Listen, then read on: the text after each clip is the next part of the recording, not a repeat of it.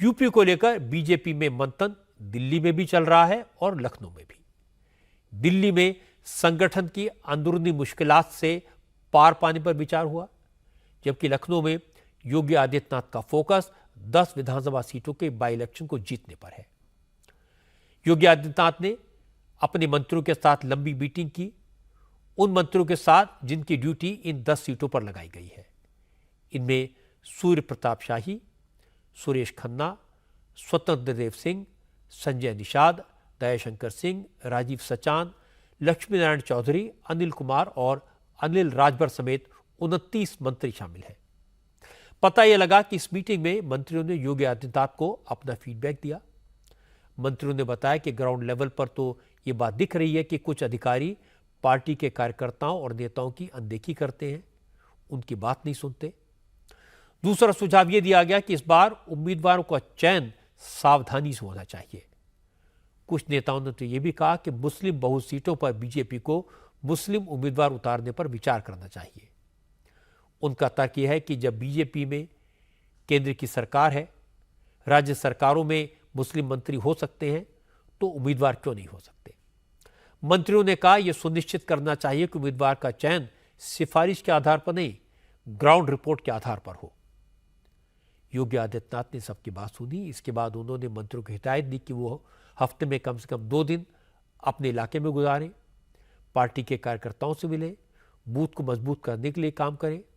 Meeting में इस बात पर भी विचार किया गया कि लोकसभा चुनाव में जो गलतियां हुई, जिसका फायदा समाजवादी पार्टी और कांग्रेस के अलायंस को हुआ, उन गलतियों को कैसे सुधारा जाए। मीटिंग के बाद यूपी के परिवहन मंत्री दयाशंकर सिंह ने कहा कि लोकसभा चुनाव के दौरान विपक्षी दलों ने बीजेपी के बारे में झूठा प्रचार किया था, उसका नुकसान हुआ, लेकिन अब बीजेपी सावधान है और बाईपोल की सभी 10 सीटें बीजेपी ही जीतेगी। केवल ये चुनाव के लिए ही नहीं मीटिंग थी। माननीय मुख्यमंत्री जी ने मंत्रिपरिषद के कुछ मंत्रियों को बुलाए थे, तो उसमें और भी मैंने विभागीय चर्चाएं और सब चीज़ थी। चुनाव के भी एक चर्चा उसमें था। तो चुनाव में 10 जो उपचुनाव होने वाले जो है, वहाँ पर सभी मंत्रियों को कहीं 2 मंत्री कहीं 4 मंत्री ऐसे लगाए हुए हैं। मैंने कि वहाँ के विशेष जा कर के देखें वहाँ की क्या आवश्यकता है या और क्षेत्र में कैसे हो सकता है। अभी तो चुनाव में टाइम है, लेकिन मैंने वहाँ पर हम लोग देखना है। क्या जैसे ये कहा गया कि मंत्री रात्रि विश्राम करें वहाँ पे 2 दिन? नहीं, ऐसा नहीं है। मैंने वहाँ के जाके परिस्थितियों को देखना है और मैंने हम लोग को चुनाव जीतना है और चुनाव जीतने के लिए जो भी आवश्यक कार्य है वहाँ पर करना है। लोकसभा के चुनाव और विधानसभा के चुनाव दोनों अलग अलग हैं और लोकसभा में जो एक तरफ भ्रम फैलाया गया आरक्षण का और संविधान का, तो ये उसके बाद खटाखट लाखों रुपया पहुंचेगा, इतना होगा, ये सब चीज़ें। लेकिन अब ये सच्चाई सामने है, जनता के सामने, इसलिए विधानसभा हम लोग जीतेंगे और 10 को 10 जीतेंगे। असल में यूपी में जिन 10 सीटों पर बाई इलेक्शन होने हैं, वो बीजेपी के लिए बहुत मुश्किल सीटें हैं। पिछले इलेक्शन में इन 10 में से 5 सीटें समाजवादी पार्टी ने जीती थी और 3 बीजेपी ने, 1 निषाद पार्टी और 1 आरएलडी ने जीती थी। इन सीटों पर अखिलेश यादव की करहल सीट भी है, जो 1993 से हमेशा समाजवादी पार्टी के पास ही रही है। अयोध्या की मिल्कीपुर से 9 बार के विधायक अवधेश प्रसाद सिंह फैजाबाद से सांसद बन गए हैं, इसलिए ये सीट खाली हुई है। बाईपोल वाली सीटों में मुरादाबाद की कुंदर की सीट भी है, जो बीजेपी ने पिछली बार 31 साल पहले 1993 में जीती थी। इस सीट पर 65% वोट मुसलमानों के हैं, हिंदू सिर्फ 35% है, इसलिए बीजेपी के लिए बड़ा चैलेंज है। मिर्जापुर की मजमा सीट पर भी बाई इलेक्शन होना है। 2022 के विधानसभा चुनाव में यहां से निषाद पार्टी के विनोद बिंद जीते थे, अब वो भदोही से सांसद बन गए हैं। 2017 में मजमा सीट बीजेपी ने जीती थी, इसलिए बीजेपी यहां से अपना उम्मीदवार उतारना चाहती है। लेकिन निषाद पार्टी के अध्यक्ष संजय निषाद ने आज बड़े सटल तरीके से कह दिया कि बीजेपी सहयोगी दलों का पूरा सम्मान करती है, जो जिस सीट पर जीता हो वो सीट उसी को मिलती है, इसलिए कम से कम एक सीट तो निषाद पार्टी को मिलेगी। वो कुछ वोट अपना ध्रुवीकरण करा लिया, इसकी वजह से हार हुई है। चिंतन होगा आगे, झूठ का कार्ड एक ही बार चलता आगे, दोबारा नहीं चलता है। इस बार हम लोग जीतेंगे। तो कैंडिडेट्स को लेकर आपने कुछ कहा कि किस तरह के कैंडिडेट्स हो, कैसी छवि हो, जातीय समीकरण कैसा एक तो उदाहरण हमारा ना 15 सीटें हमने पिछले बार भारतीय जनता पार्टी के साथ आए, 11 हारी हुई ली थी और उसमें से 11 मतलब 9 जीत के दिखाया और 2-3 हारे भी थे, बहुत कम वोटों से हमने हारा था।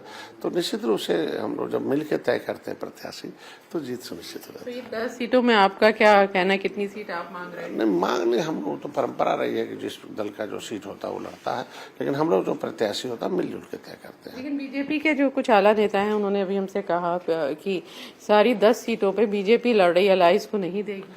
अब वो किसी का बयान हो सकता है, उसका जवाब किन परिस्थितियों में कहा। और तो अभी तक तो भारतीय जनता पार्टी का जो परंपरा रही यही रही है और ऐसा नहीं है कि कोई अच्छा अचीवमेंट हो गया हो तो कोई निर्णय अलग हो।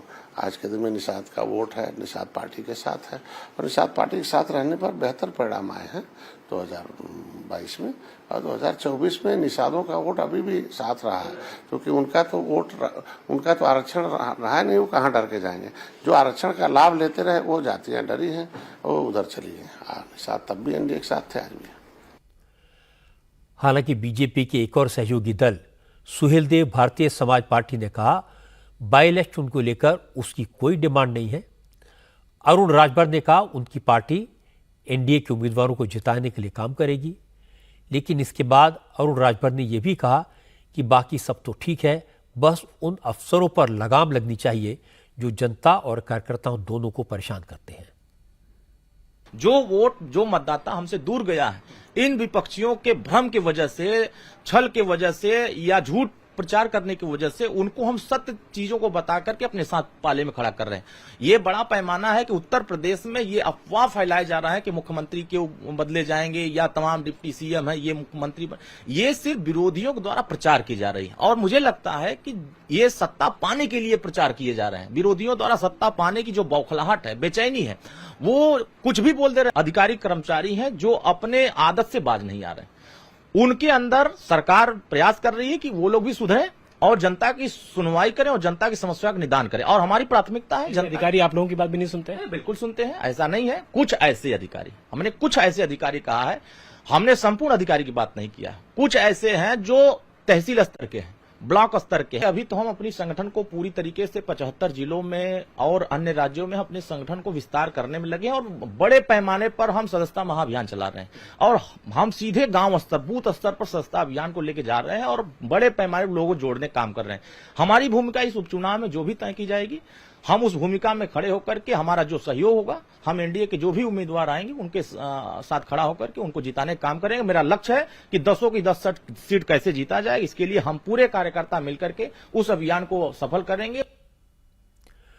कुछ अफसरों की जो शिकायत अरुण राजभर ने की, वही शिकायत बीजेपी के नेता भी करते हैं। आज बीजेपी के एक और विधायक का वीडियो सामने आया। मिर्जापुर सदर से बीजेपी एमएलए रत्नाकर मिश्रा एक प्रोग्राम में पब्लिकली ये कहते सुनाई दिए गए कि अफसर उनकी नहीं सुनते, चुने हुए प्रतिनिधियों का अपमान करते हैं और वो इस मुद्दे पर योगी आदित्यनाथ से बात करेंगे। इस सरकार गरीबों का ही उत्थान करने के लिए है और गरीब के लिए हर चीज के लिए कनेक्शन है, लेकिन कहना नहीं चाहिए इसमें हमारे अधिकारी लोग फेल करने में लगे हैं। जैसे यहीं पर आप देख लीजिए, जनप्रतिनिधि चाहे छोटा हो चाहे बड़ा हो, ये पूरे क्षेत्र का एक कार्यक्रम है।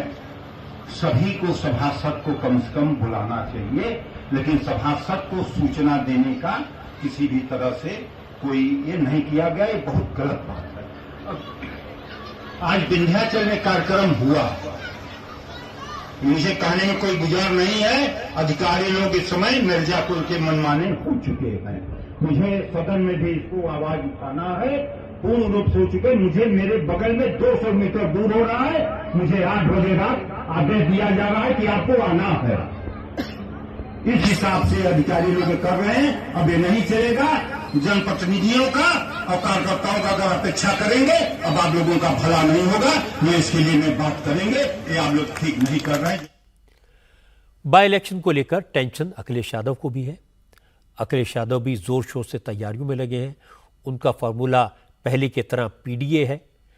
आज अखिलेश ने दूसरी पार्टियों के करीब 10 नेताओं को समाजवादी पार्टी में शामिल करवाया। पार्टी के नेताओं के साथ मीटिंग करके बाई इलेक्शन रणनीति पर विचार किया। इसके बाद दावा किया कि लोकसभा चुनाव से बेहतर नतीजे बाई इलेक्शन में मिलेंगे। बीजेपी को एक भी सीट नहीं मिलेगी। अखिलेश ने कहा कि बीजेपी हताश है, बीजेपी के भीतर कुर्सी का झगड़ा चल रहा है और बीजेपी के नेता एक दूसरे पर इल्जाम लगा रहे हैं। इसलिए मुख्यमंत्री योगी आदित्यनाथ को अपने फैसले वापस लेने पड़े। अखिलेश ने कहा, मुख्यमंत्री चाहे जितनी बैठकें कर ले, अब कुछ नहीं होगा, बीजेपी बाई इलेक्शन भी हारेगी। कुर्सी की लड़ाई में जनता बहुत परेशान है। हम सावधान करना चाहते हो उत्तर प्रदेश की जनता को भी कि भारतीय जनता पार्टी के लोग आपस में लड़ करके और कुर्सी की लड़ाई में पूरा एडमिनिस्ट्रेशन खत्म कर दिया है। जहां इन्हीं के विधायक, इन्हीं के लोग आरोप लगा रहे हैं कि भ्रष्टाचार चल रहा है। हम लोगों ने अखबारों में पढ़ा है कि मुख्यमंत्री खुद स्वीकार कर रहे हैं कि बड़े पैमाने पर दलाली चल रही है। जिस प्रदेश के मुख्यमंत्री खुद स्वीकार कर रहे हों कि दलाली हो रही हो और अखबारों में बड़ा बड़ा लिखा हो कि दलाली हो रही है, तो जनता जानती होगी कि कितनी दलाली हो रही है। और इनके विधायक खुद आरोप लगा रहे हैं और मुख्यमंत्री खुद स्वीकार कर रहे हैं दलाली हो रही है।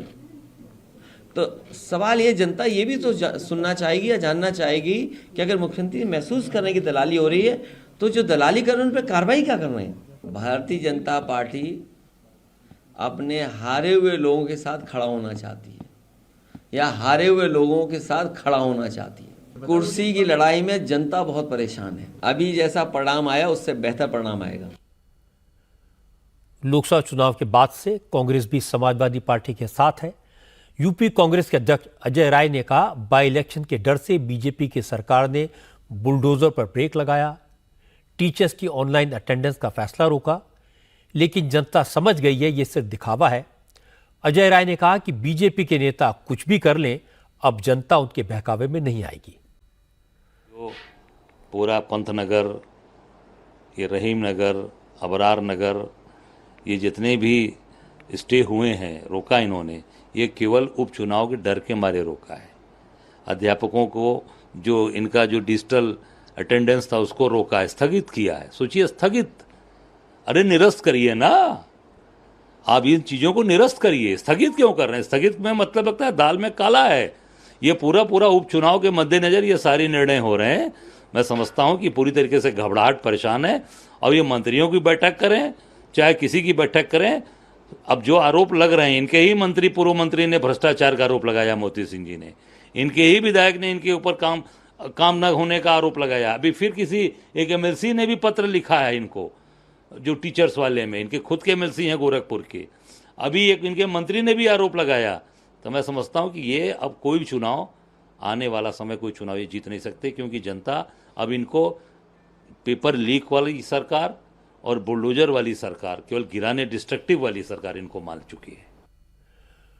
लोकसभा इलेक्शन में सबसे बड़ा उलटफेर उत्तर प्रदेश में हुआ था। बीजेपी को सबसे बड़ा झटका यहीं लगा था और समाजवादी पार्टी को सबसे ज्यादा फायदा यही हुआ था। इसीलिए लोकसभा चुनाव के नतीजों का सबसे ज्यादा असर यूपी की सियासत पर दिखाई दे रहा है। सबसे पहले तो लगातार यह हवा बनाई गई कि अब योगी आदित्यनाथ की कुर्सी चली जाएगी, उन्हें हटा दिया जाएगा। लेकिन आज बीजेपी हाईकमान ने ये संकेत दे दिए कि यूपी में योगी का कोई विकल्प नहीं है।